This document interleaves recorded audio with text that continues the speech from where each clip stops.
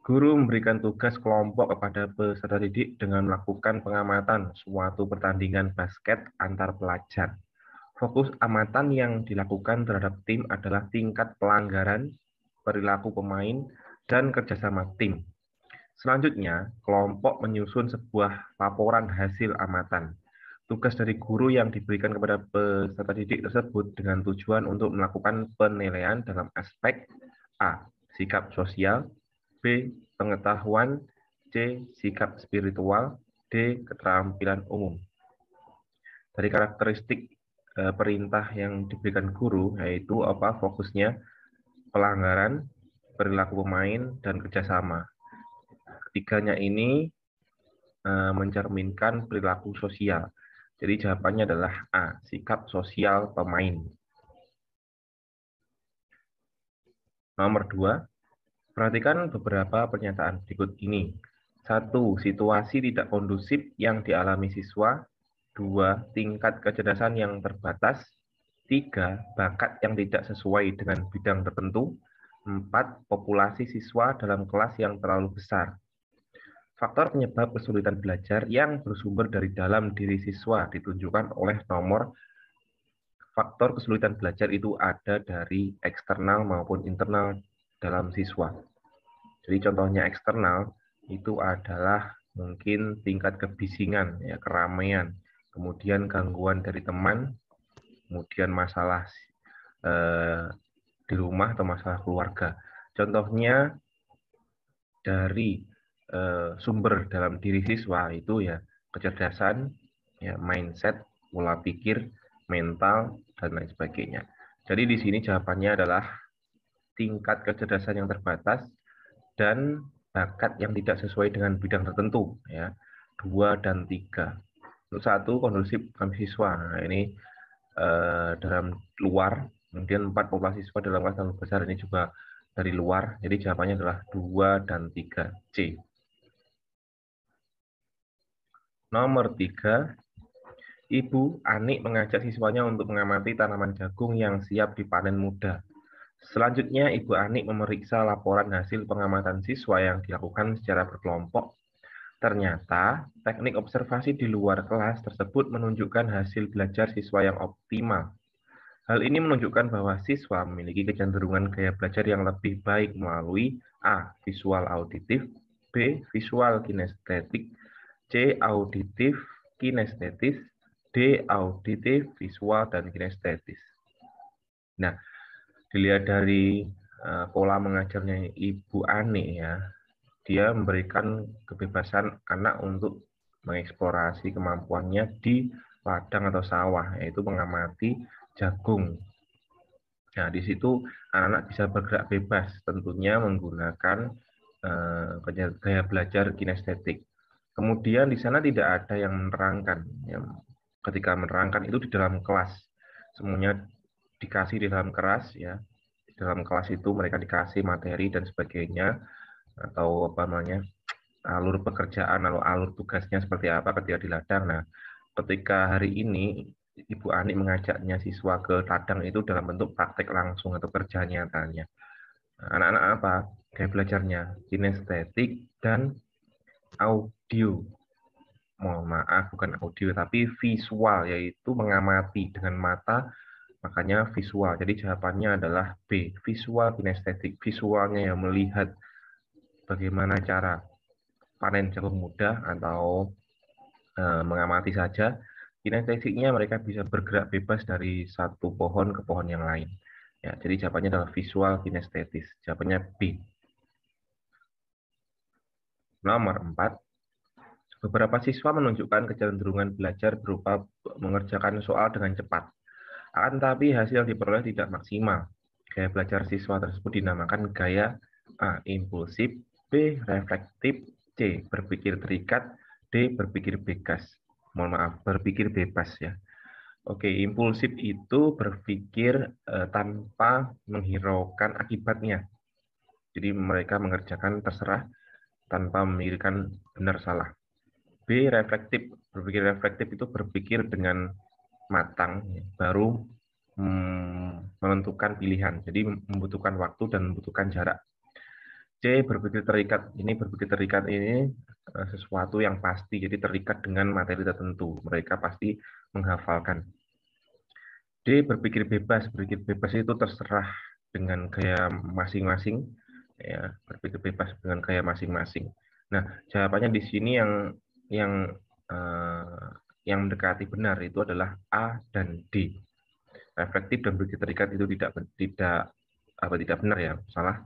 Yang mungkin benar adalah A dan D. Berpikir bebas dan impulsif. Kalau impulsif tadi berpikir menjawab tanpa menghiraukan benar salahnya atau tidak mengindahkan hasil kerjanya. Kalau dia berpikir bebas, terserah mau berpikir apapun terserah. Jadi jawaban yang paling tepat untuk pertanyaan 4 apa? Berupa mengerjakan soal dengan cepat, akan tetapi hasil yang diperoleh tidak maksimal. Jadi di sini kalau menurut saya itu berpikir impulsif ya. Tapi mungkin ada yang berpendapat berpikir bebas, tapi terserah Bapak Ibu mana yang benar. Tapi kalau saya adalah berpikir impulsif, kenapa? Karena di sini siswa mengerjakan tanpa memikirkan hasilnya. Jadi mereka bekerja dengan cepat tapi tidak memikirkan hasilnya benar atau salah. Itu. Jadi berpikir impulsif. Di jawabannya A kalau menurut saya. Lanjut kita nomor 5. Siswa menentukan kategori untuk mengelompokkan objek sesuai perbedaan yang nyata berdasarkan karakteristik umumnya. Strategi belajar tersebut dikenal dengan model A. Berpikir induktif, B. Berpikir deduktif, C. Pencapaian konsep, D. Pemecahan masalah. Siswa menentukan kategori untuk mengelompokkan objek sesuai perbedaan yang nyata berdasarkan karakteristik umumnya. Jadi mereka berpikirnya dari kecil-kecil kemudian umum ya. Jadi dari berdasarkan karakteristik umumnya baru diturunkan kecil-kecil. Jadi mereka berpikirnya itu dari umum kemudian menuju ke objek-objek nyata di bawah umumnya atau karakteristik dari umumnya itu. Nah, di sini belajar tersebut dikenal dengan model deduktif, yaitu generalisasi, berpikir umumnya dulu, baru berpikir yang lainnya atau di bawahnya. Jadi ini umumnya di sini, cabang-cabangnya ini yang akan diperoleh siswa atau yang akan dipelajari siswa. Nah, itu dari berpikir deduktif. Kalau berpikir induktif itu kebalikannya. Dari khusus kemudian baru ke umum. Jadi kebalik ya. Induktif itu dari kecil-kecil, khusus kemudian umum. Pencapaian konsep itu adalah hal-hal yang dipelajari menuju konsep yang diinginkan. Pemecahan masalah yaitu memecahkan masalah, jadi suatu persoalan atau proyek atau permasalahan ya, untuk tugas untuk menyelesaikan masalah. Jadi sini jawaban yang paling benar adalah berpikir deduktif, berpikir umum ke khusus. Jawabannya B. Nomor 6. Pada fase pertama, guru mendata bagian materi yang penting. Kemudian pada fase kedua, guru membuat hubungan materi baru dengan kata-kata, gambar, dan gagasan. Fase ketiga, guru membuat hubungan tersebut dengan cara yang menarik perhatian siswa. Fase keempat, terakhir siswa mengerjakan soal latihan. Tahapan pembelajaran tersebut merupakan strategi pembelajaran A. Pengemas awal, B. Memorasi, C. Pencapaian konsep, D. Berpikir induktif. Nah, di sini adalah kebalikan dari deduktif yang nomor 5 tadi ya. Ini. Jadi ini kalau ini dari dari umum ke khusus, kalau ini dari khusus ya, materi-materi khusus yaitu materi materi-materi yang penting dulu. Jadi materi-materi yang penting itu materi di bawahnya, kemudian materi-materi yang penting tadi hubungan dengan kata-kata, gambar, dan gagasan. Setelah itu baru guru membuat atau menarik kesimpulan atau menarik ke dalam materi umumnya. Jadi di sini adalah berpikir khusus menuju ke umum. Kemudian diakhiri dengan mengerjakan soal latihan. Jadi jawaban di sini adalah berpikir induktif. Jawabannya adalah D. Nomor 7, Pak Budi akan menyajikan materi pembelajaran tentang memahami simbol atau lambang. seperti kata-kata, istilah, pengertian, dan peraturan. Kegiatan belajar yang dapat dilakukan guru untuk menyampaikan materi tersebut adalah A. Siswa diminta mengenal dan mengulang hafalan informasi. B. Siswa dilatih memformulasikan informasi ke dalam rangkaian bermakna. C. Siswa dilatih memiliki keterampilan dalam memecahkan masalah. D. Siswa dilatih menghafal simbol-simbol secara intensif. Pak Budi menyajikan materi pembelajaran tentang memahami simbol berarti pengetahuan ya. Kegiatan belajar yang dapat dilakukan, jadi memahami. Kegiatannya apa yang dapat kita ajarkan? Siswa diminta mengenal dan mengulang hafalan informasi. Ini juga benar. B. Siswa dilatih memformasikan informasi ke dalam rangkaian. Ini lebih benar dari A. C. Siswa dilatih memiliki keterampilan dalam memecahkan masalah. Ini juga benar. D. Siswa dilatih menghafal simbol-simbol secara intensif. Nah, ini semuanya benar, tapi di sini kita disuruh untuk memilih yang paling tepat di antara 4 pilihan A, B, C, D.